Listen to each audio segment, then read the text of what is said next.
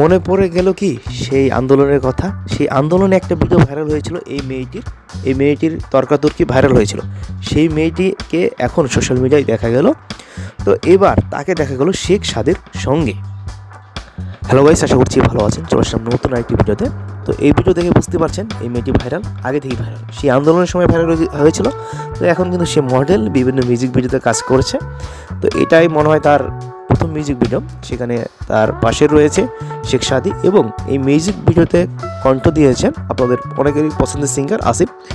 তো তার এই মিউজিক ভিডিওর টাইটেলের নাম ছিল ইচ্ছেরা। তো গানটি ভালো লেগেছে মোটামুটি আমার কাছে। তো এটাই তাদের ফার্স্ট মিউজিক কাজ।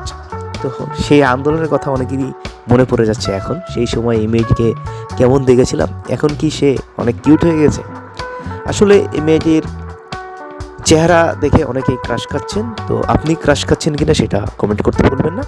আর ফারজানা সিথি, যাকে নিয়ে এখন কথা রয়েছে, তো তাকে দেখলাম শেখ সাদির সঙ্গে। তো অনেকেই বলছেন পারফেক্ট জুটি, দুজনের সাথে আরও কাজ দেখতে চাই।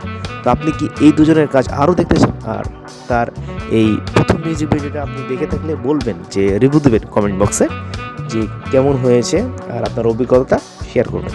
আর ফারজানা সিথি যেহেতু আগে থেকেই ভাইরাল, সেহেতু তাকে দেখানোর কাজ নাই। আর একটা কথা বলি, আন্দোলনের আগে থেকেই তিনি নাকি বিভিন্ন মডেল হিসেবে কাজ করেছে।